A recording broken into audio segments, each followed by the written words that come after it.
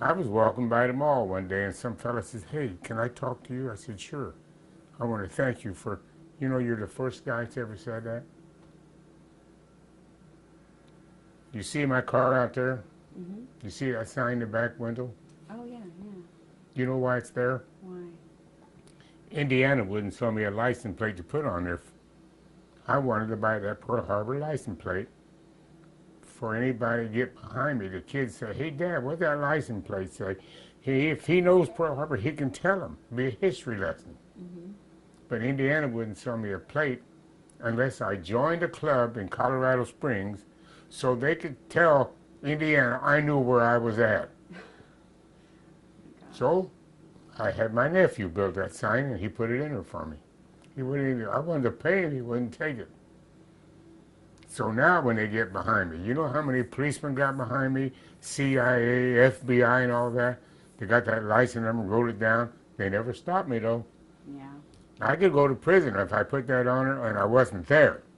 Trying to take honor from people who was there. Right. I knew that. First thing you learn is the rules. I knew more rules on that ship than some of the officers did. Yeah. But Thank Pearl you. Harbor it was a bad thing. We knew it was coming, darn it. We tried to tell them, why don't we just go out there and run these ships right through all them damn fishing boats out there? He said, well, they're in international water. I said, hell, so is the Japs. They're already in Manchuria. They're already fighting the Russians. They're already in China slaughtering them poor people. What the hell are they doing? Well, they didn't declare war on us, and they're not going to either, I bet you. They're going to come in here one of these days and fix us. Everybody on my ship felt that way. Some of them old timers, I felt sorry for them. Some of them got scared. I'm going to tell you one more story, and then you can write it up. The last big battle we went in was at Sagao Strait. Mhm. We sunk the Japanese fleet there. Now, my battle station is under the shell deck. That's it. That's only to detour any bomb it hits. But the hulls, only that thick. So when we got between number 3 and 4 turrets, I had about 16 or 18 fellas there with me. Most of them were young fellas. Because when the war started, there was all old guys. Mhm. But now they got a whole bunch of young fellas coming in. So when they got there, they started digging all these fellas' bedding out and making an igloo, Mhm. and they were inside of it. And I'm sitting over here leaning up against the bulkhead smoking a Camel, soothing my nerves. Finally, when I couldn't take no more of that, I went over and knocked that damn thing down. I said, all you fellas, come over here and sit. Now you, how tall are you? He said, about 6 foot. Okay, stand up. Now you wrap your arms around him. Go ahead. Now that is how big that shell is that's going to come through that bulkhead. It's only that thick. But the sad thing is there's going to be 2 or 3 more right behind it, less than a second away.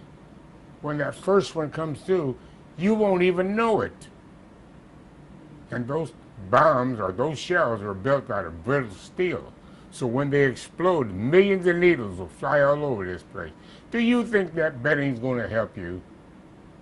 He said, you mean you're not scared? What the hell good is it? When your number's up, we're going to go to heaven. We won't be down there no more. But think about it. Just sit here and relax. If some of you want to pray, pray. If you want to sing songs, sing. Relax. I've been here for 4 years, kids. It don't do any good to get scared. I was, though, once.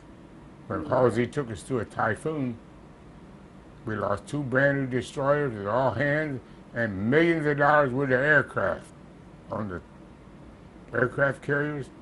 And they asked him, well, what did you do that for? Well, we didn't want the Japs to know where we were. They were out there waiting on us. Look at them dummies in there, and we're out here where it's nice and sunshiny. He done a lot of bad things, though. His name and his face was on Newsweek magazine all the time. He liked that. He reminded me of Patton. Yeah. With your blood and my guts, we're going to win this war. Oh my goodness. Anything else you want to know, honey? No, thank you so much for sharing your story.